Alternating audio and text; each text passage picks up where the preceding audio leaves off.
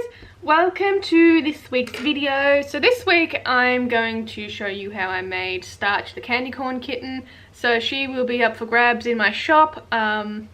If she already hasn't been adopted, my patrons get early access to any dolls, so they have early access to her. But you can find her in my shop at creaturesofnat.com if you want to purchase her. Payment plans are accepted, so just message me if you're interested in that and we can discuss. So yeah, I'm going to go through how I made her. So if you want to see how I made her with her little Candycorn underbelly, then just keep watching. Alrighty, so starting off by casting my resin head. This one I'm going to use a kitten head. It's something that I have sculpted in monster clay, molded in silicone, and then I'm now casting it in resin. So for this one I actually cast in some glass eyes. So if you want that tutorial, it is available in my shop. I go through how I do it. Comes in a zip file which you'll have to unzip, but has a PDF and a video tutorial in it. So right now I am demolding my cast with the eyes in it, and there'll need to be a little bit of cleaning up to do on your resin pieces when you've cast them, just from like flashing and stuff, but you can see how the glass eyes come out and the basis of the actual head. So once I've done that, I can move ahead and start painting everything. So these are a little close-up of the head before I start painting. I always generally prime my resin pieces with a primer, and that way it helps the paint actually stick to the resin, because it can be a bit slippery and the paint can come off pretty easily. But yeah, once I've primed that, I go ahead and paint all of the bits that need to be painted. It's usually around the eyes, the nose and the mouth. And I use a acrylic-based, water-based acrylic paint called Chromacryl, and I get that from my local craft store. You can use any paint and any acrylic paint that you have lying around. It's nothing special. So with all of my little critters, they have a little backstory. So I'm going to read Starch's backstory. Candycorn kittens are little tricksters, only appearing on Halloween night. They have bellies that resemble candy corn. They use this belly to trick children into rubbing their bellies, only to be scratched and bitten. The children then run off and the kittens steal their candy. So it's a bit of a Halloween type story, as it's Halloween season, so I wanted to do a little candy corn kitten with a little bit of a cheekiness to it. So I usually do a couple of coats of paint, all of the bits that need to be painted, I do a couple of coats. And I usually do the final coat once all of the fur has been applied. That way I can sort of map out more details and bring out a bit more features as well. So for this little kitten, I decided to do a pink nose as opposed to a black one like I normally do. And I'm just using an acrylic paint in ash pink from Derivian Matisse. And again, I get this from a local craft store. I decided to just get this pink paint because I used to mix it up, but mixing takes quite a lot of time. So I decided just to get that one colour, and that way I won't have to mix up the colour constantly. And especially when you run out of the same colour, you don't know what your ratio is.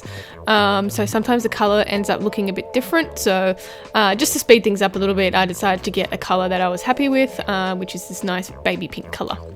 And the same deal with the paws, I decided to go with pink paws as well. Moving on to the faux fur. So I have recently got this really huge bit of black faux fur, and I got this from a local store called Spotlight here, and they had it, I think it was like 40% off or something, so I got it really, really cheap. And so I got a lot of it, so I have it in stock because I use it quite a lot. And I'm just drawing out the patterns of the body that I've made onto the back of the fur, and then I can start cutting out all of the pieces. And for this one, I'm doing different legs. So the legs are going to be black and the underbelly is going to be the candy corn colours. So I need to cut out bits of the legs as well to sew that on, so it's like the same colour on both sides. So this is a little look at the faux fur. It's like a medium thickness faux fur, but it's really good quality. The backing is a bit more stiff than normal. I don't know why, they must have applied a lot of sort of glue stuff on the back of it. So it's a little bit more stiff than normal, but when you sort of manipulate it a bit, then it becomes a bit more softer and a bit more durable and malleable, I mean. So I'm just cutting out the pieces using a small pair of sharp scissors, and I prefer to use small scissors than over anything else as well. And I always do sort of a cleanup in the process, so that's basically pulling any pile off that has sort of not been attached to the backing anymore, and that way you reduce the risk, reduce the amount of fur that's flying around. So these are my 3 pieces that I'm going to be using for the underbelly, so nice candy corn colours, and I've cut them out in the shape of the underbelly as well. So this is Mongolian faux fur, and yeah, I'm just cutting the pieces out, and then I can end up sewing it on the sewing machine, and that way it gets the job done a little bit quicker on the sewing machine. I always hate hand sewing. I don't like sewing on the sewing machine either, but it just gets the job done a lot faster and also makes the body a lot stronger, so there's less risk of the thread snapping. So once I've done that, this is the body that we have, and we need to turn it inside out, or the right way around. So I've left the back end open, and I've left the legs open as well, and also the neck. Obviously the head has to be attached somewhere. So I'm then going to go ahead and turn it the right way around. And a good tip is to use a blunt timber or wooden tool just to help things push through. You don't want to use a metal tool, because I find it a bit rough, and it will actually rip your fur, so rip the backing, so there'll be a hole in your doll. So always good to use something that's blunt, and probably wooden, because it's a lot softer than metal as well. And this is what we have once it's been flipped the right way around. So it looks like a fluffy ball, but once I put the armature inside and start filling it with polyfill, it'll start taking shape, and also give it a trim, and then it will really actually start looking like what it's supposed to look like. I trimmed the underbelly quite a lot because I didn't want it long like it is, because Mongolian faux fur is quite long.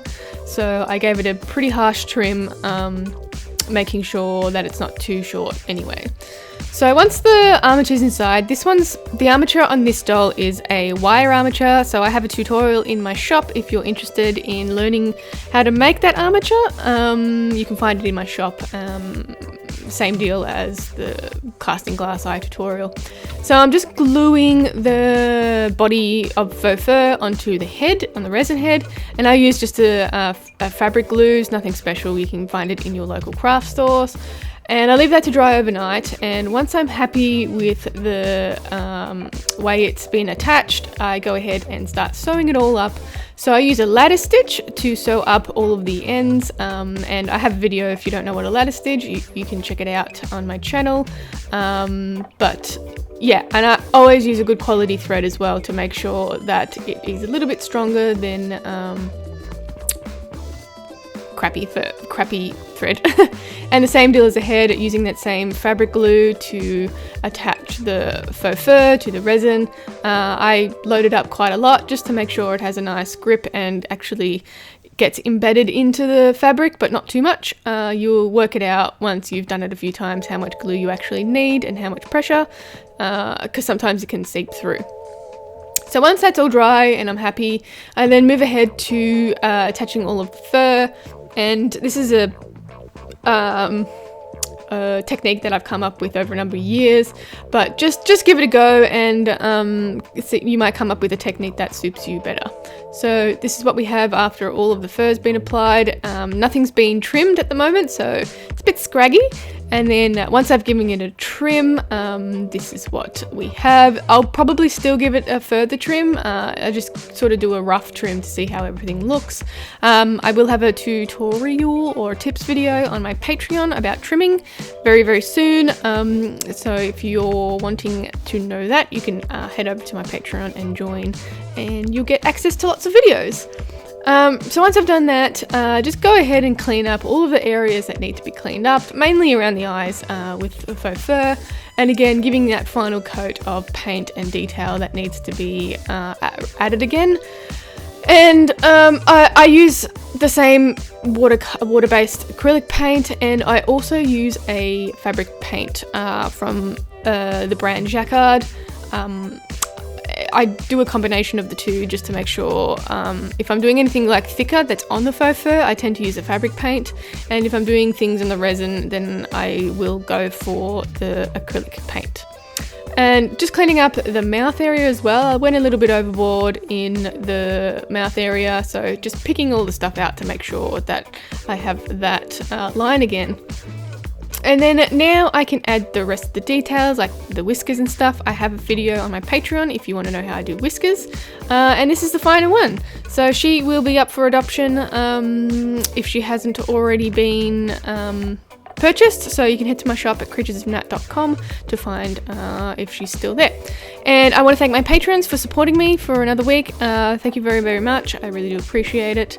You can head over there if you want to support me, but in the meantime, you can check me out on Instagram and Facebook at Creatures of Nat, and I'll catch you in the next one. Bye.